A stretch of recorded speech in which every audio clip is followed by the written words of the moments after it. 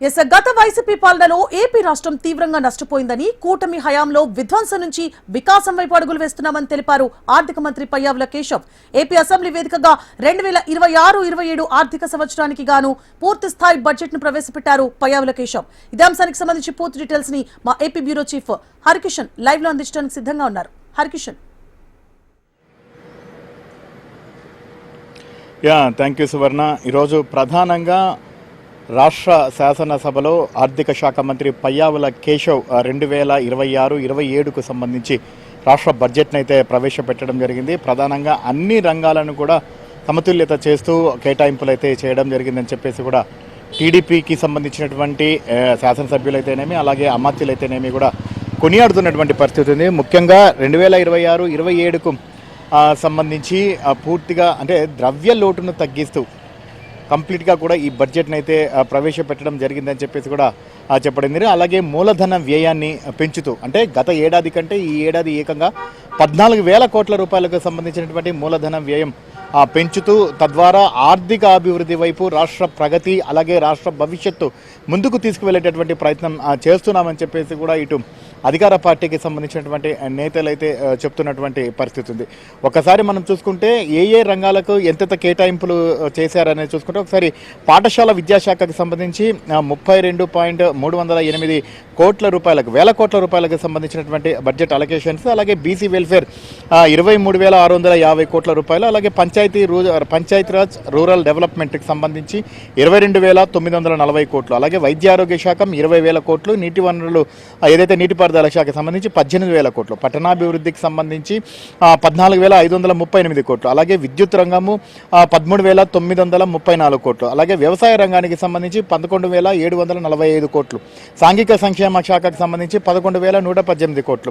ఇలా ప్రతి శాఖకు కూడా ఆయా శాఖలకు సంబంధించి గత 10 రోజుల నుంచి కూడా సంబంధిత మంత్రులతో అలాగే ఆయా అధికారులతో కూడా కూర్చొని రివ్యూస్ అయితే చేయడం జరిగింది. ఆ శాఖలో ఉన్నటువంటి అభివృద్ధి పనులైతేనేమి, కావాల్సినటువంటి నిధులకు సంబంధించి సమీకరణ ఏ రకంగా చేయాలి, ఎంత ఖర్చు పెట్టాలి, ఎంత రాబడి ఉంది, వీటన్నిటికీ సంబంధించినటువంటి పూర్తిగా అంటే చర్చ తర్వాత కూడా ఈ నివేదిక అయితే ఆర్థికకు సంబంధించినటువంటి శాఖకు మంత్రులైతేనేమి అలాగే సంబంధిత అధికారులైతేనేమి అందజేయడం జరిగింది. దానికి అనుగుణంగా కూడా బడ్జెట్ రూపకల్పన జరిగిందని చెప్పేసి కూడా చెప్తున్నటువంటి పరిస్థితి కూడా లేకపోలేదు. ముఖ్యంగా అత్యధికంగా ఈసారి అంటే ఈ ఏడాది వార్షిక బడ్జెట్కు సంబంధించి ప్రత్యేకంగా విద్యాశాఖకు ఏకంగా 33,000 కోట్ల రూపాయలు అనేది కూడా కేటాయించడం జరిగింది. ప్రధానంగా ఏదైతే అంటే ప్రైవేట్ స్కూల్స్ ధీటుగా అలాగే కార్పొరేట్ స్కూల్స్కు ధీటుగా కంప్లీట్గా కూడా ప్రభుత్వ పాఠశాలలను అలాగే ఏదైతే అనుబంధ రంగాలను పూర్తి స్థాయిలో సాంకేతిక పరంగా కూడా అభివృద్ధి చేసి తద్వారా భవిష్యత్తుకు సంబంధించి విద్యార్థుల భవిష్యత్తుకు సంబంధించి బంగారు బాట వేసేందుకు ప్రత్యేక ప్రయత్నాలు తీసుకుంటున్నటువంటి నేపథ్యంలో కంప్లీట్గా కూడా వారికి పూర్తిగా ఈరోజు ఈ విద్యాశాఖ కేటాయించినటువంటి బడ్జెట్లు పూర్తిగా ఉపయోగపడుతున్నాయని చెప్పేసి కూడా చాలా వరకు కూడా అధికార పార్టీ నేతలు ప్రస్తావిస్తున్నటువంటి పరిస్థితి కూడా లేకపోలేదు. ఎందుకంటే రేపటి పౌరులు నేటి బాలలు. సో ఈ నేటి బాలలకు సంబంధించి కూటమి ప్రభుత్వం అధికారంలోకి వచ్చిన తర్వాత ముఖ్యంగా ఏదైతే ప్రభుత్వ పాఠశాలలో విద్యను అభ్యసిస్తున్నటువంటి ఎవరైతే విద్యార్థులు ఉన్నారో వీరందరికీ కూడా కార్పొరేట్ స్థాయి స్కూల్స్కి ధీటుగా వారికి విద్యను అలాగే సౌకర్యాలను రెండింటిని కల్పించడం, అలాగే డిజిటల్ క్లాస్ రూమ్స్, సో అలాగే వారికి సంబంధించినటువంటి వేషధారణ అయితేనేమి అలాగే యూనిఫామ్ అయితేనేమి ఇవన్నీ కూడా కంప్లీట్గా మానిటరింగ్ చేస్తూ ఈ 5 సంవత్సరాలలో వాటిలో పెద్ద ఎత్తున సంస్కరణలు తీసుకురావాలని చెప్పేసి కూడా ప్రధానంగా దృష్టి సారించినటువంటి నేపథ్యంలో కూటమి నేతలు ఎవరైతే ముగ్గురు అంటే 3 పార్టీలకు సంబంధించిన వాళ్ళు ఉన్నారో వాళ్ళందరూ కూడా ఒకటే స్పష్టం చేయడం జరిగింది. సో కంప్లీట్గా కూడా విద్యాశాఖ పైన కూడా ఈ నేపథ్యంలోనే పూర్తిగా దృష్టి సారించినట్లుగా కూడా తెలుస్తోంది. అందుకోసం ఏకంగా 33,000 కోట్ల రూపాయలకు సంబంధించినటువంటి నిధులైతే ఈసారి ఆ శాఖకు అత్యధికంగా కేటాయించడం జరిగింది. ఇక వ్యవసాయానికి సంబంధించి ప్రత్యేకంగా వ్యవసాయ శాఖ మంత్రి అచ్చెన్నాయుడు ప్రవేశపెట్టడం జరిగింది. దగ్గర 12,000 కోట్ల రూపాయలకు సంబంధించినటువంటి బడ్జెట్ని అయితే ఆయన ప్రవేశపెట్టడం జరిగింది. ఆంధ్రప్రదేశ్ రాష్ట్ర ప్రభుత్వం అంటే ముఖ్యంగా రైతులకు సంబంధించి పూర్తిగా కూడా తాము సహకరిస్తున్నాం, అలాగే రైతుల ఆర్థికాభివృద్ధికి తోడ్పాటును అందిస్తున్నామని చెప్పేసి కూడా చెప్పడం జరిగింది. ముఖ్యంగా రైతులకు సంబంధించి ఏదైతే సబ్సిడీ రుణాలు అయితేనేమి వాటన్నిటిని పొందేందుకు గతంలో బ్యాంకులకు సంబంధించి ఎన్నో ఇబ్బందులు ఎదుర్కొనేవారు. కానీ ఈసారి అటువంటి ఇబ్బందులు తలెత్తకుండా సబ్సిడీ రుణాలకు సంబంధించి అలాగే వ్యక్తిగత రుణాలకు సంబంధించి పూర్తిగా కూడా బ్యాంకర్లు సహకరించాలని చెప్పేసి కూడా రాష్ట్ర ప్రభుత్వం పలుమార్లు ఏదైతే సదస్సులు సమావేశాలు నిర్వహించి ప్రత్యేకంగా చెప్పినటువంటి నేపథ్యంలో అలాగే రైతుకు సంబంధించినటువంటి సంక్షేమంతో పాటు రైతన్న అభివృద్ధి ధ్యేయంగా కూటమి ప్రభుత్వం అడుగులు వేస్తోందని చెప్పేసి కూడా చెప్తూ వస్తోంది. సో కంప్లీట్గా కూడా ఇటు వ్యవసాయాన్ని డిజిటల్ వైపు యాంత్రీకరణ వైపు కూడా పూర్తిగా కూడా దృష్టి సారించి అలాగే సేంద్రియ పద్ధతుల్లో పంటలకు సంబంధించి పూర్తిగా వాడుతూ ఏదైతే పెస్టిసైడ్స్ వాడుతున్నారో అవన్నీ కూడా తగ్గించి భూసారాన్ని పెంచి తద్వారా ఏదైతే పంట నుంచి వస్తున్నటువంటి అంటే పంటను మరింతగా పెంచి దాని నుంచి ఆదాయాన్ని రైతన్నకు చేకూర్చే విధంగా కూడా ఒక ప్రణాళికాబద్ధంగా కూటమి ప్రభుత్వం ముందుకు పోతున్నటువంటి పరిస్థితి ఉంది.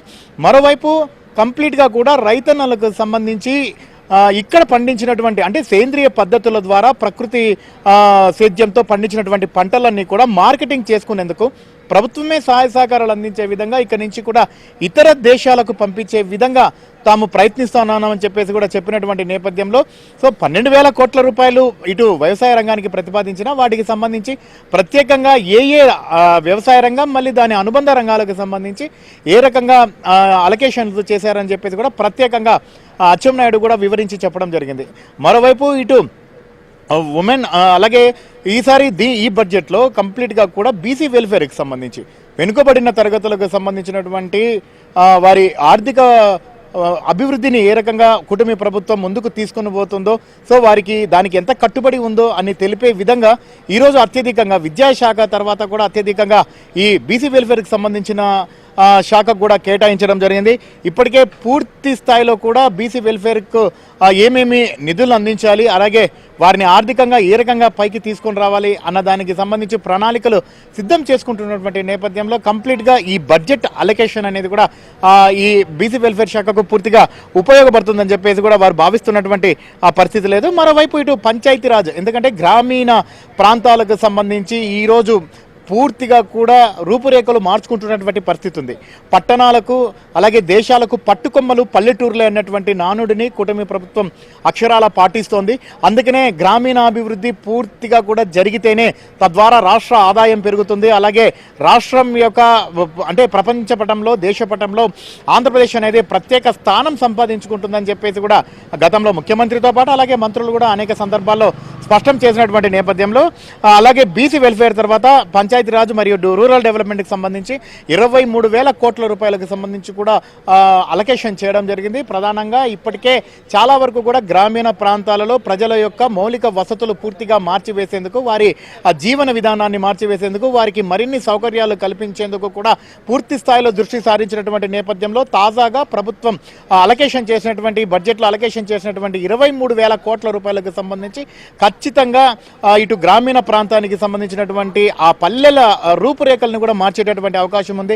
ఇప్పటికీ మనం చూస్తున్నాం చాలా వరకు కూడా పల్లెల్లో డ్రైనేజీలు ఉండవు అలాగే సీసీ రోడ్లు ఉండవు. సో త్రాగునీటికి అయితేనేమి సో డిఫరెంట్గా ఆ సమస్యలతో అనేది కూడా బాధపడుతున్నటువంటి నేపథ్యంలో ప్రస్తుతం ఉప ముఖ్యమంత్రి ఆ శాఖను నిర్వహిస్తున్నటువంటి ఆ పరిస్థితుల నేపథ్యంలో పూర్తి స్థాయిలో అభివృద్ధి చేయాలన్నటువంటి నినాదంతో కూటమి ప్రభుత్వం ముందుకు పోతుంది. ఈ నేపథ్యంలోనే కేంద్ర రాష్ట్ర ప్రభుత్వాలన్నీ కూడా పూర్తిగా గ్రామీణాభివృద్ధి పైన దృష్టి సారించారు. అందులో భాగంగానే ఆంధ్రప్రదేశ్ ప్రభుత్వం ఈరోజు రాష్ట్ర బడ్జెట్లో 3వ స్థానం ఖచ్చితంగా ఇటు రూరల్ డెవలప్మెంట్కు అలాగే పంచాయతీరాజ్కి ఇచ్చిందని మాత్రం మనము చెప్పుకోక తప్పదు. ఇక విద్య వైద్య పైన కూటమి ప్రభుత్వం ఏ రకంగా ముందుకు పోతుందో అందరికీ తెలిసిందే.